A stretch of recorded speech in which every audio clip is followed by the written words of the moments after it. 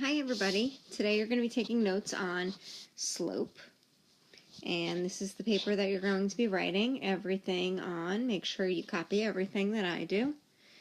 The slope of a line is the rate of change between any 2 points on a line. It is a measure of the steepness of a line. Okay, we've been talking about rate. Okay, slope is rate. That's exactly what it is. To find the slope of a line, you just need to find the ratio. The ratio is a comparison of two numbers of the change in y, which is the vertical change, to the change in x. Okay, and I give you a couple examples of what that could look like. You could use slope, you could think of it as change in y over change in x. You could think of it as y minus y over x minus x, rise over run, and the vertical change over the horizontal change. They all mean the same exact thing. And different teachers may call it different things. At different times you'll hear me say rise over run. Sometimes I'll say change in y over change in x, y minus y over x minus x. Okay, so you can use all of those terms interchangeably. Okay, let's look at the first example that we have to find slope. Okay, so we're going to find the slope of the line that passes through. The first point is 2, 2. Okay, now first I'm going to just graph it. Oops.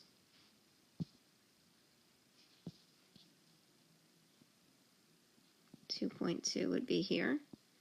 Having a little hard time with my pen. There we go. And I'm going to label that 2, 2. And then the other point is at 5, 4. 1, 2, 3, 4, 5. That's 2, 3, 4. Okay. It's a little sloppy on this pad. Okay. So now, if I were to graph that line, those would be my 2 points, and I would create a line. And basically, you're looking for the rise over run. So I could do this a couple of different ways. I could find my change in y over my change in x. So if these are my 2 points, this would be my x, and this would be my y. Okay? And then this would be my x, my 5 would be my x, and my 4 would be my y, right? You know that your ordered pair is x, y. So I can take my 4 and I could subtract my 2, and I could put that over 5 minus 2. Okay, that would be my change in y over my change in x, or my y minus y over my x minus x. 4 minus 2 is 2. 5 minus 2 is 3. So the slope would be 2 to 3. Okay, the ratio of the change in y over the change in x. That's the rate that this line, that's the slope of the line. Okay, another way you could look at it is rise over run. Okay, and you're going to start here at this point, and you're going to count how many times did it rise. 1, 2. Okay, that would be a 2. And the run would be the x. 1,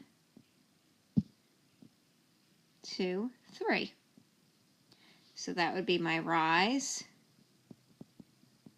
and this would be my run. Same thing, 2 over 3. Okay, you could do it either way. Sometimes you don't have to graph the points, you'll just be given the ordered pairs. So in that case, I would just do the math like this, because I don't have to graph it, so there's nothing to count. It's good to know all the ways to do it. Either you do your change in y minus y over x minus x, or you could do the rise over run, depending. Okay, let's take a look at the next example. Okay, I just forgot to mention, this is called a positive slope. If you notice, okay, when you figure it out mathematically, you have a positive number, and if you look at your line, your line is going in a positive direction. I'm just rewriting a bigger line here. Okay, that would be a positive line, and you'll see the different positive slope. You'll see the difference on the next one of a negative slope. We are not going to see many negative slopes at all this year, but you will see more next year, so I just figured I'd give you one as an example. So here is an example of a negative slope. Again, you won't see many of these, but I just wanted to show you. We're going to find the slope of the line that passes through 0, 3, and 6, 1. Okay, I'm just going to rewrite my ordered pairs here. Okay, and I have 6 over 1. So this would be my x, and this would be my y, and this would be my x, and this would be my y. Okay, I'm going to plug in, and I'm going to do y minus y over x minus x. Okay, so I'm going to take my y, and it doesn't matter which y you take first, but then you have to take that same x first. So I'm going to do 3 minus 1 over 0 minus 6. Well, 3 minus 1 is 2, and a 0 minus 6 is a negative 6. Okay, and I am going to simplify that, so I have a negative 1/3. That would be my slope. Okay, notice I have a negative slope. Now watch what happens when I graph that. My first point is 0 and 3, so that's right here. And then I have a positive 6 and a 1. Okay, that's there. And if you notice, when I graph that, and if you see, that's not a very good line for my points. If you are doing this on your paper, a ruler really helps. I'm just having a hard time with my... Okay, you get the gist here. It's not a very good line. But as you could see, this line is going down. That would be a negative slope. When I figure it out mathematically, I have a negative slope. Okay, if you look at my rise over run, my rise actually goes down 1, 2. That would be down 2. And then it goes 1, 2, 3, 4, 5, 6. So that would be written as rise over rise is negative 2, run is 6. And then you could simplify that. And again, we always simplify a ratio. Okay, this would be my rise, and this would be my run. Okay, and what you could do with slope is you could find more points that would go on that line, okay, because really my slope is negative 1, 3, so really I could find another point on this line by going 1, 1, 2, 3, and I could find that another point on this line would be, again, I'm having a hard time graphing that, would be at 3, 2. Okay, so you can use it that way. Some things you might use slope for in real life, if you are creating some sort of ramp, when you're building maybe a skateboard or a bike ramp, you would need to know different slopes to figure out the angle. Maybe you'll have a ramp, you may have a ramp at your house for a handicapped person that may live in your house that needs a ramp, like with a wheelchair. A ski slope, okay? You could figure out like different jumps if you're an expert skier and you're going over, you know, on the double black diamond slopes. You could find different slopes of the mountain that way, and how you're going to land. Those are things you might think about when you're skiing or snowboarding. Okay, let's take a look at the next example. Okay, for number 3, we have 0.35 and 1,4. And I, as you can see, I do this interchangeably. Sometimes I graph the points. So that would be 3, 5, and 1,4. And you really should always label your points.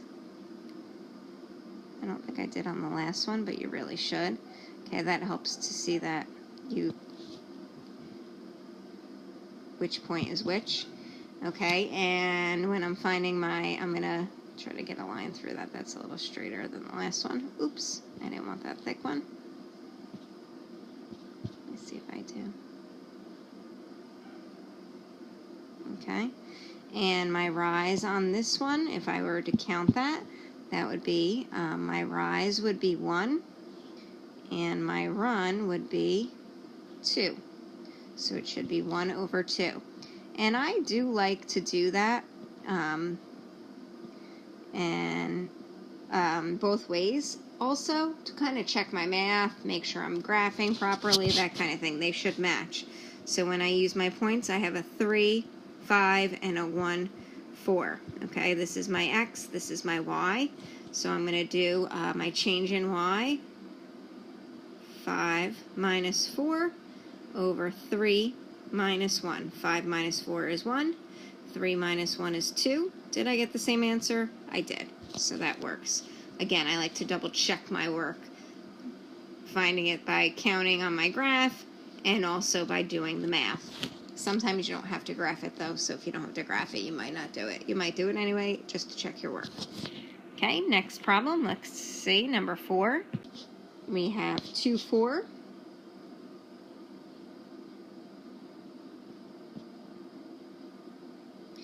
And negative 1, 5.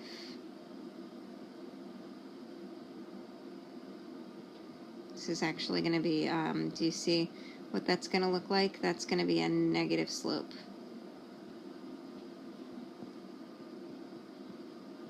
Okay, when I connect that, this is what it looks like.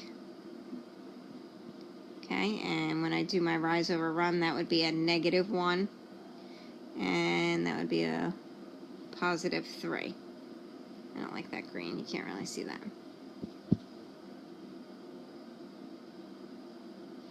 Okay, let's do the math on that. We have 2, 4, negative 1, 5, and I always just write x, y just to remind myself which is which. Okay, I'm going to do my change in y.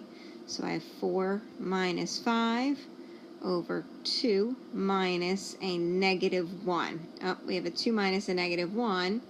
You want to get rid of your double negative there. 2 plus 1, keep change.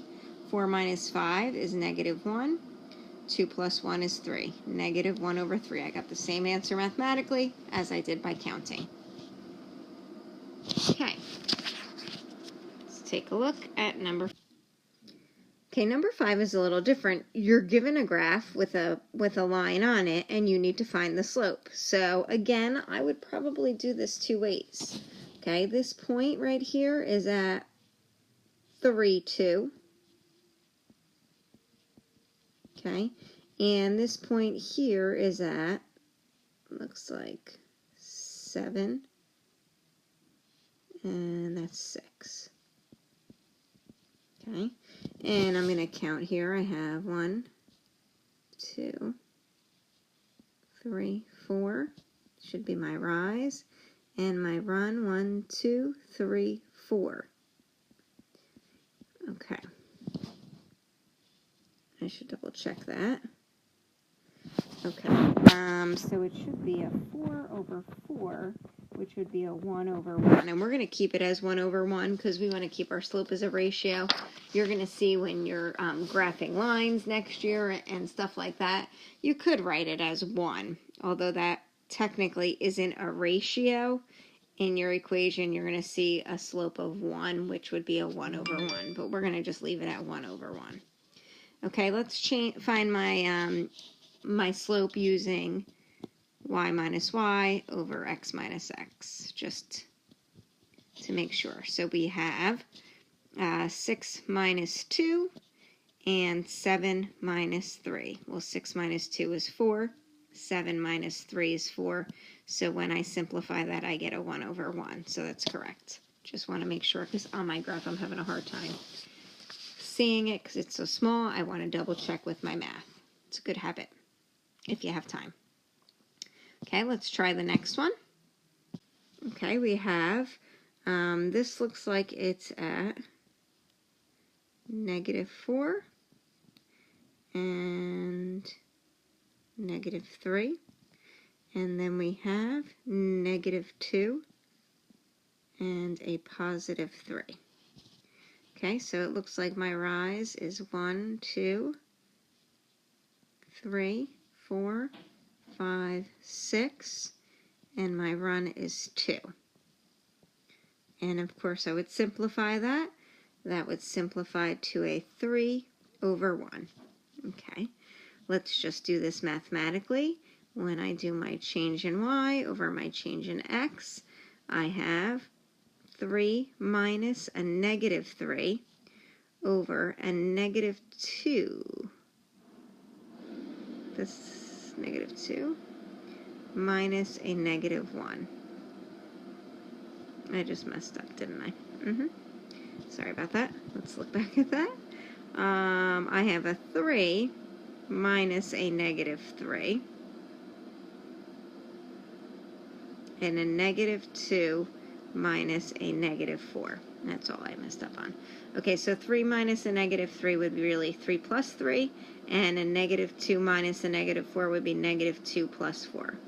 3 plus 3 is 6, negative 2 plus 4 is 2, 6 over 2, which simplifies to a 3 over 1. That's the correct slope. Okay, and we have our last example. Okay, here it says to graph the data and then find and interpret the slope. Okay, whenever you have a graph like this, you should label it. Okay, let's call this hours. Let's call it money earned, and your title could be anything you want it to be. It just should make sense. Money earned. Okay, and you should always label your x and your y. So my x is hours. Okay, and your x is always time, and then my y is earnings. Now you should number your graph. I'm going to have a hard time doing that with my pen here. But you can number your graph whatever would make sense with you. Okay, for you, I should say. Okay, so I'm going to try this. Hopefully it'll work. I'm going to count by ones down at the bottom, but I'm not going to number every one. I'm going to number every other, so I have room. 2, 4, skip 1, 6, skip 1, 8, skip 1, that would be 10. Okay, and then the last one would be 12. Okay, and then on my y-axis, I'm going to label that by 5s. This would be 5. That would be 10. This would be 15. I'm going to skip 1. That would be 5, 10, 15. That would be 20. That would be 25. And that would be 30. And then this would be 35. And then this would be 40. And then this would be 45. Okay. So now I'm going to find the, it says to graph the data. So 0, 0 would be here. And then I have 2 hours, and that was $15, so that would be here. Okay, and you should label that to 15. And then I have at 4 hours, I'm going to make $30. So that would be here. I don't know if you're seeing what this is doing, but it's not easy. And then at 6 hours, I'm going to make $40 to $5.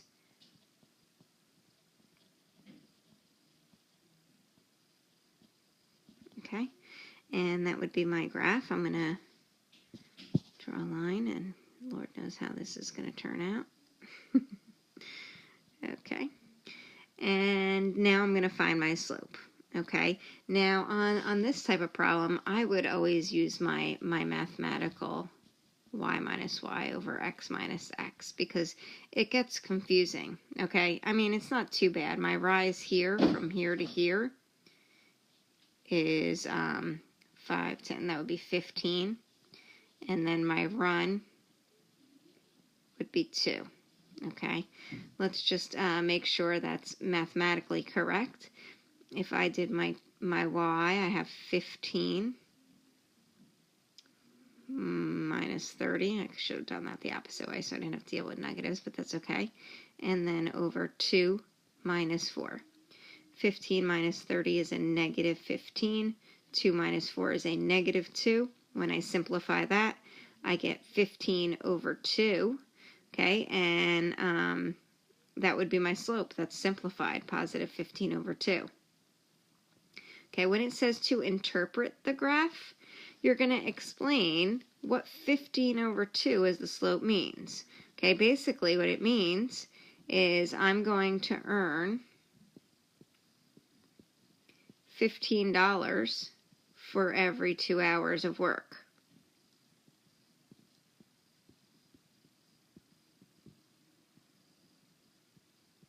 Okay, if you wanted to, you could find the unit rate, but it doesn't ask you to, so you don't have to. And that's all I have for you today. If you have any questions, please just write them at the bottom, and we will go over this in class. Have a great night. This is the Ryan Show.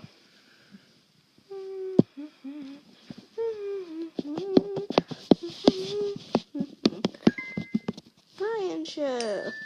Today in the Ryan Show, we are going to divide.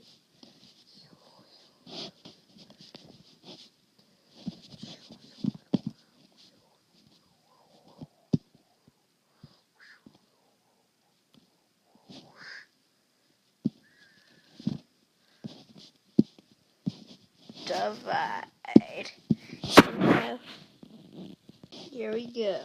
Number 1 is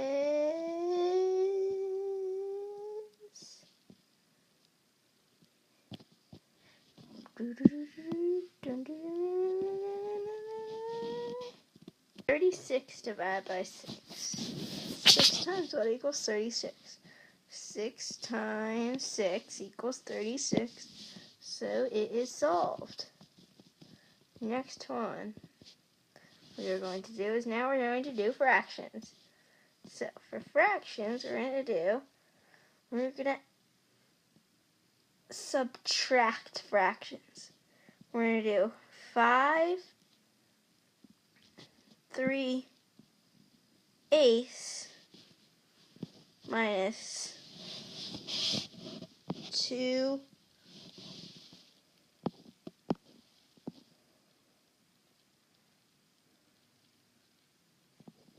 3/4. So first we need to find a common denominator.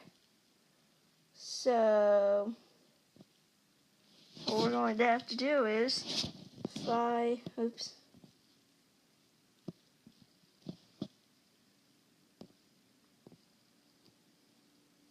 So what we're going to do is 5 3/8.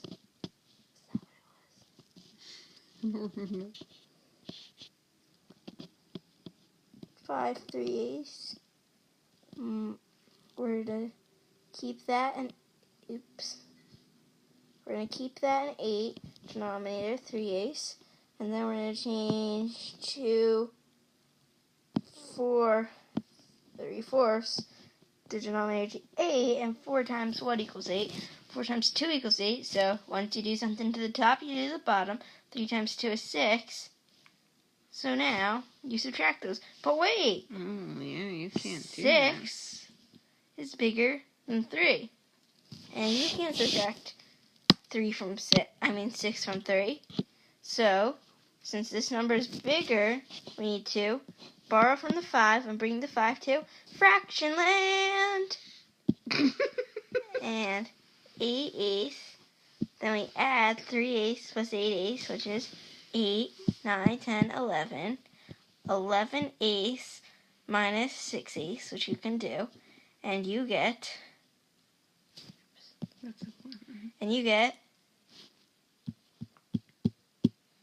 5/8. But are we done? Nope. We need to remember our whole numbers. So the correct answer is 2 5/8. I am so proud of you. Next one.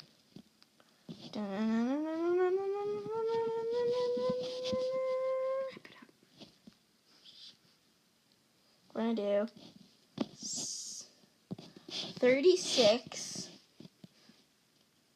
3/16 Oh my gosh, that's a big number. minus 12/4. So, we need to find common denominators. This one we leave the same. Then this, 8 times 2 is 16.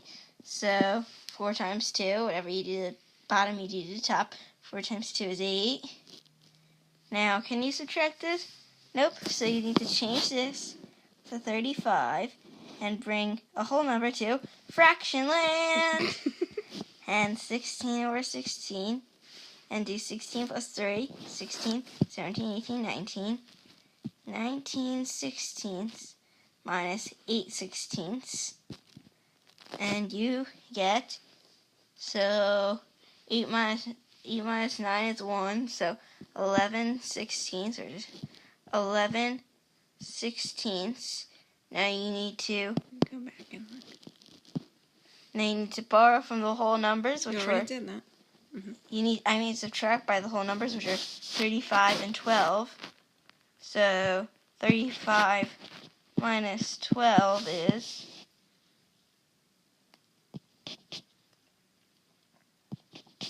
23. So 23/11/16 is our answer. Last I one. am super proud of my son. He sure knows his fractions. Last one is 56 minus 32. Wait. 3. 32.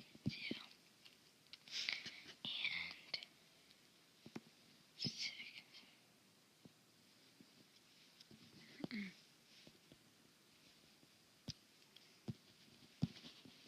So, common 6? That's going to be tough. common denominator, and it's 32 for this.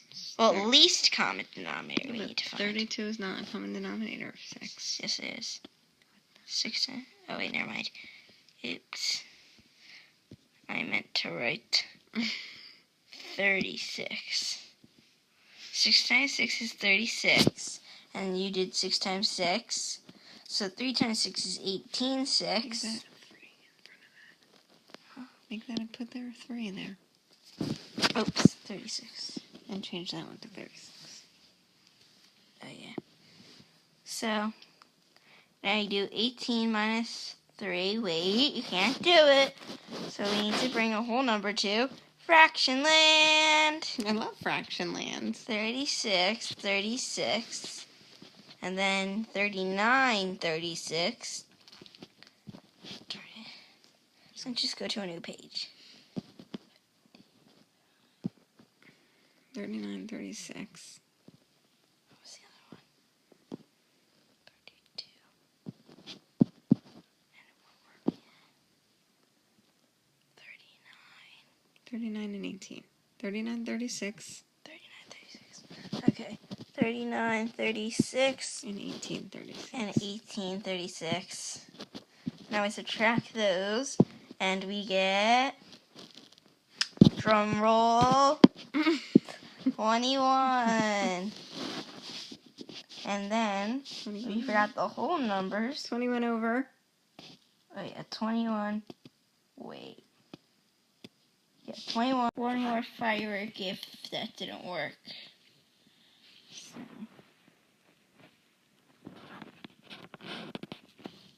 I think it's telling you that it's too long. You need to wrap it up.